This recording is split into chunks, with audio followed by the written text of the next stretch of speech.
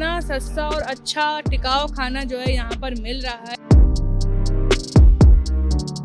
अपने बेटे का साथ देने के लिए तमाम हदों को पार कर दिया और अपनी तमाम ख्वाहिशात को दबा दिया। सड़क किनारे फूड कार्ट लगाया हुआ है। अभी तक का आपका एक्सपीरियंस एज अ फीमेल यहाँ पे काम करने का कैसा रहा? लोग जो है वो बुजुर्ग सर पे हाथ रख के जा रहे हैं। ये अपनी पॉकेट मनी से इन्होंने अपनी इन्वेस्टमेंट ये जमा की थी। इन्होंने सोचा कि अम्मा मैं कुछ कमर्शियल पे करना चाहता हूँ, कि आपको पता है आजकल जॉब का तो कोई इतना स्कोप है नहीं।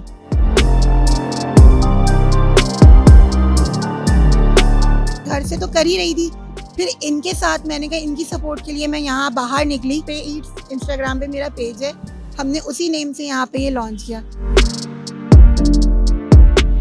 मैंने ये प्लान किया था जनवरी और फरवरी के जो मिड हो रहे थे ना, बिल्कुल 15 जनवरी के बाद। मैंने तो अम्मी को हमेशा से ये बोला था कि नहीं मैं बस संभाल लूँगा। बट मुझे ये चीज़ कहीं ना मालूम थी कि लिमिटेड टाइम तक मैं संभाल सकता हूँ, लेकिन मुझे अंदाज़ा नहीं था कि यहाँ पे मुझे रिस्पांस ऐसा मिलेगा कि मैं अम्मी के बिना कुछ भी नहीं हूँ। यहाँ पे मैं अपने वाले साहब को ये क्रेडिट दूंगा कि बैंकर होने के बावजूद उन्होंने मुझे इतना सपोर्ट किया ना। बिस्मिल्लाहिर्रहमानिर्रहीम, अस्सलाम वालेकुम। दस्तक टीवी के साथ मैं हूँ महमूदा नाज़रीन। आज मैं अपनी मुलाकात एक ऐसी बाहिम्मत खातून से करवाने जा रही हूँ जिन्होंने अपने बेटे का साथ देने के लिए तमाम हदों को पार कर दिया और अपनी तमाम ख्वाहिशात को दबा दिया। मैं इस वक्त मौजूद हूँ 5 स्टार चौरंगी पे और मेरे साथ मौजूद है जवेरिया और उनका बेटा, जिन्होंने एक सड़क किनारे फूड कार्ट लगाया हुआ है। और इनका मकसद ये है लगाने का कि इनके बेटे का सपना था, इनके बेटे का शौक़ था कि वो फूड बिज़नेस की तरफ आए, लेकिन वो अभी छोटा है और साथ में उसकी पढ़ाई भी जारी है। इस वजह से वो फोकस नहीं कर पा रहा था इस काम पे। तो इनकी मदर ने इनका साथ दिया और ख़ुद खड़ी हो गई यहाँ पे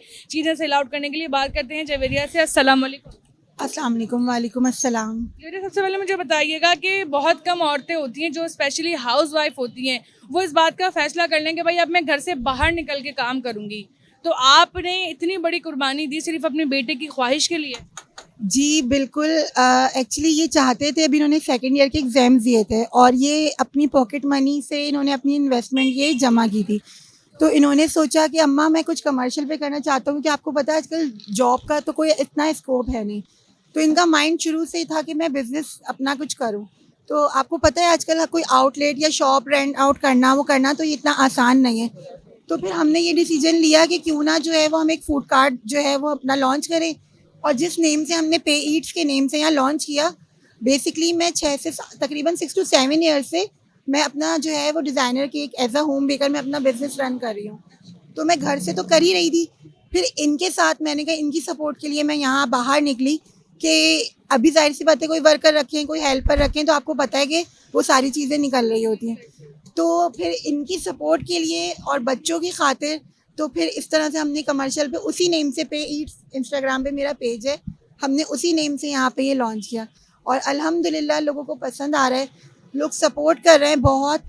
बुज़ुर्ग हैं, बच्चे हैं, लड़के हैं, यंग एज, हर एज ग्रुप के लोग आ रहे हैं और सबसे अच्छी बात ये कि बहुत सपोर्ट कर रहे हैं लोग।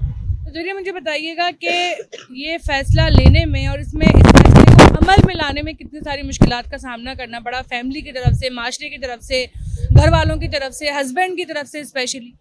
हस्बैंड की तरफ से तो माहम आप यकीन करें बहुत शुरू से मुझे बहुत सपोर्ट मिली है और तकरीबन 6 मंथ हमें लगे हैं इस पूरे प्रोसेस को कमर्शियल पे करने के लिए, क्योंकि आपको पता है कि सिर्फ एक चीज़ नहीं होती है कि हम इसको बस हम मार्केट में ऐसे कर दें। तो बहुत सारी परेशानियाँ, बहुत सारी मुश्किलों के बाद जाके फिर हम तकरीबन यहाँ पे हम खड़े हुए हैं और अब हमें मतलब काफ़ी दिन हो गए, अच्छा 1 महीना होने वाला है, लेकिन बहुत अच्छा रिस्पांस मिल रहा है। अच्छा मुझे बताइएगा कि एज अ फीमेल आप यहाँ पे काम कर रही हैं खड़े होके 10 लोगों के बीच में, 10 तरह के लोग आते हैं, 10 तरह के कस्टमर्स आते हैं। कोई अच्छी तरह से भी बात करता है तो कोई बुरे तरीके से भी डील करता है, कोई अच्छी नज़र से देखता है तो कोई ख़राब नज़र से देखता है। तो अभी तक का आपका एक्सपीरियंस एज अ फीमेल यहाँ पे काम करने का कैसा रहा? इसमें मैं कहूँगी अल्लाह ताला की ब्लेसिंग है हमारे ऊपर कि हम यहाँ जिस दिन से खड़े हुए हैं, डे 1 से हमारे पास इतने अच्छे लोग आ रहे हैं कि एक वो जो फेयर होता है ना कि एक औरत, एक लेडी बाहर खड़ी हुई है और किस तरह की नज़रें क्या है, लेकिन मुझे यहाँ ऐसा कुछ भी फील नहीं हुआ। मैं ऑनेस्टली आपको बता रही हूँ, यहाँ मतलब लोग जो है वो बुज़ुर्ग सर पे हाथ रख के जा रहे हैं, बेटियाँ, बहुएँ, बहुत सारे लोग आ रहे हैं, इसमें जेंट्स भी हैं, सब कुछ। लेकिन मुझे ऐसा कुछ फेयर यहाँ पे देखने को नहीं मिला है, बल्कि मैं आपको बता रही हूँ जैसे कि बहुत अच्छे लोगों से हमारा इंटरेक्शन हो रहा है और बहुत मोटिवेट कर रहे हैं। बुजुर्ग लेडीज़ आ रही हैं, वो बहुत दुआएं दे रही हैं। जो भी फैमिलीज़ आ रही हैं बहुत मोटिवेट कर रही हैं, बच्चों को भी, मुझे भी। और इसी से हमारा हौसला बढ़ रहा है कि हमारा वो फेयर जो था कि हम किस तरह से खड़े होंगे और किस तरह का माहौल होगा, क्या होगा, उसका मुझे बिल्कुल सामना नहीं करना पड़ा यहाँ पे। अच्छा भाई, सभी भी हमारे साथ मौजूद हैं और इन्हीं की वजह से जो आज इनकी मदर यहाँ पर इनका साथ दे रही हैं भरपूर तरीके से। सभी मुझे बताइएगा कि आपने ये कब प्लान किया कि मैं किसी बिजनेस की तरफ जाऊँगा, वो भी स्पेशली फूड बिजनेस की तरफ? मैंने ये प्लान किया था जनवरी और फरवरी के जो मिड हो रहे थे ना, बिल्कुल 15 ऑफ जनवरी के बाद। बट मुझे ये प्रोसीजर करते करते रमज़ान हो गया। रमज़ान में मैंने एक बिल्कुल पक्का इरादा बनाया, बट वो और डिले होता गया और फिर डिले मुसलसल हो गया। एक वक्त ऐसा आया कि मैंने अम्मी से डिस्कस किया कि बस अब इस प्लान को ना छोड़ देते हैं और किसी और चीज़ की तरफ जाता हूँ। लेकिन अल्लाह का करना ऐसा था कि अल्लाह ताला ने हाथ पकड़ा और फिर मैं फाइनली खोल लिया फिर मैंने। अच्छा, मम्मा को आपने बोला था कि मेरे साथ आप जो है ना वो इस तरह से मेरा साथ दें, मेरे साथ चलें फूड कार्ट पे, या फिर ये उन्होंने ही आपको सपोर्ट करने के लिए फैसला किया?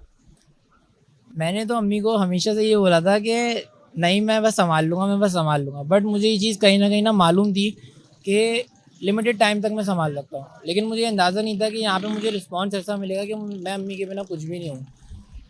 जब हमने पहले दिन स्टार्ट किया ना, तो मैंने अम्मा को बोला कि आप पीछे कुर्सी पे बैठे, मैं काम शुरू करता हूँ। लेकिन वो कुर्सी पे उनको बैठने का मौका ही नहीं दिया। फिर मैंने, अल्लाह का करम ऐसा था कि यार काउंटर पे एक वक्त के लिए भी मैं अकेला नहीं, हर वक्त अम्मा की ज़रूरत है कि अम्मा आप ये कर लें, अम्मा आप वो कर लें, अम्मा आप ये कर लें, अम्मा आप वो कर लें। अम्मा का ये प्रॉपर था कि अम्मा सपोर्ट करें। अच्छा, तुम्हारे वालिद का इसमें क्या किरदार रहा? क्योंकि जो फादर होते हैं वो बड़ा जो है ना वो कंजर्वेटिव होते हैं अपनी औलादों के लिए, कि भाई वो किसी गलत तरफ ना इन्वेस्ट कर दे या कहीं पर अपना टाइम ज़ाया ना करे। और ख़ास तौर पे जब उनकी बीवी भी जो कि घर में ऑलरेडी अपना एक बिज़नेस चला रही हैं, वो भी यहाँ पे मसरूफ़ होने लग जाएं, तो बहुत सारी चीज़ें होती हैं, बहुत सारी टेंशन हो जाती है कि भाई क्या होगा क्या नहीं। तो तुम्हारे वालिद का क्या सपोर्ट था और क्या रिस्पॉन्स था इस पूरे वाक़ये के बाद? मेरे वालिद साहब ना बेसिकली बैंक में जॉब करते हैं, अल हबीब में। और अगर सोसाइटी को देखा जाए ना, तो एक जॉब पर्सन जो होता है ना, वो हमेशा ही चाहता है कि मेरा बेटा जॉब ही करे, क्योंकि उसको ये होता है कि एक स्पेसिफिक अमाउंट आ रही है। बट यहाँ पे मैं अपने वालिद साहब को ये क्रेडिट दूंगा कि वो बैंक अल हबीब में जॉब करते हैं, बैंकर होने के बावजूद उन्होंने मुझे जितना सपोर्ट किया ना, यहाँ पे अगर मैं आज हूँ तो मैं अपने वालिद साहब और अपनी वालिदा की वजह से हूँ कि एक उन्होंने जॉब पर्सन होने के बाद भी मुझे इतना सपोर्ट किया कि तुम जाओ, कोई मसला होगा मैं खड़ा हूँ पीछे। ये जो मेरे अल्फाज थे ना, मतलब अब्बू के, कि तुम जाओ, जो होगा देखा जाएगा, अल्लाह मालिक है, वो मेरे लिए बहुत मायने रखते हैं आज भी। अच्छा, यहाँ पे क्या क्या चीज़ें आप कस्टमर्स को इंट्रोड्यूस करवा रहे हैं? बहुत कम टाइम में आपने इस पूरी फूड स्ट्रीट को चैलेंज कर दिया है, लोगों को जो है ना चैलेंज कर दिया है और सारे कस्टमर्स जो है ना अपनी तरफ राग़िब कर लिए हैं। तो ऐसी क्या चीज़ें आप खिला रहे हैं लोगों को जो लोग खिंचे चले आ रहे हैं इस फूड कार्ट की तरफ? मैं यहाँ पे तो हमारे मेन्यू में हमारे पास मैक्सिकन फ़्राइज़ हैं, पिज़्ज़ा फ़्राइज़ हैं, ये हमारी फ़्राइज़ की क्वांटिटी में स्पेशलिटी है। बर्गर में अगर हम जाएँ तो हमारे पास जिंगर विद चीज़ है, विदाउट चीज़ है। बीफ बर्गर में हमारे पास ओल्ड स्कूल चीज़ बर्गर है। रैप में हमारे पास जाएँ तो रैप में हमारे पास तीनों चलने के आइटम है। हमने पहले तंदूरी रैप, अरेबियन और गायरो इंट्रोड्यूस किया था, बट आहिस्ता आहिस्ता वो हमारी स्पेशलिटीज़ तीनों में आ गई हैं। बीफ का रुझान जरा यहाँ पे कम है, तो ज़्यादातर लोग जो है वो जिंगर ही प्रेफर करते हैं। बीफ बहुत कम, लाइक जी, कम लोग आते हैं। और प्राइसेस वगैरह क्या रखी हुई हैं कि एक normal middle class lower class बंदा भी ख़रीद सकता है? बिल्कुल, मिडिल क्लास भी खरीद सकता है, लोअर क्लास भी खरीद सकता है, क्योंकि मैंने जिंगर की प्राइसेस रखी हैं 260 विद फ्राइज़, विदाउट चीज़। और अगर किसी को फ्राइज़ नहीं चाहिए तो उसके लिए 200 है। और अगर किसी को चीज़ इंक्लूड करवाना है तो चीज़ विद फ्राइज़ हमारे पास 300 की क्वांटिटी है। किसी को चीज़ के साथ फ्राइज़ नहीं चाहिए तो वो 270 में परचेज़ कर सकता है। पिज़्ज़ा फ्राइज़ के हमारे पास ये प्राइसेस हैं कि 230 है हमारे पास। अगर किसी को चिकन इंक्लूड करवानी है और चीज़ की डबल टॉपिंग, ट्रिपल टॉपिंग करवानी तो वो हम 300 में करके दे रहे हैं। बीफ बर्गर, आपको पता है कि इतनी इन्फ्लेशन के दौर में हमने बीफ बर्गर रखा हुआ है 320 का विद फ्राइज़ विद चीज़। अच्छा, विद चीज़। अगर हम रैप्स की उस पर जाएँ तो हमारे पास रैप, तंदूरी रैप है 320 का, गायरो है 270 का, अरेबियन है 290 का।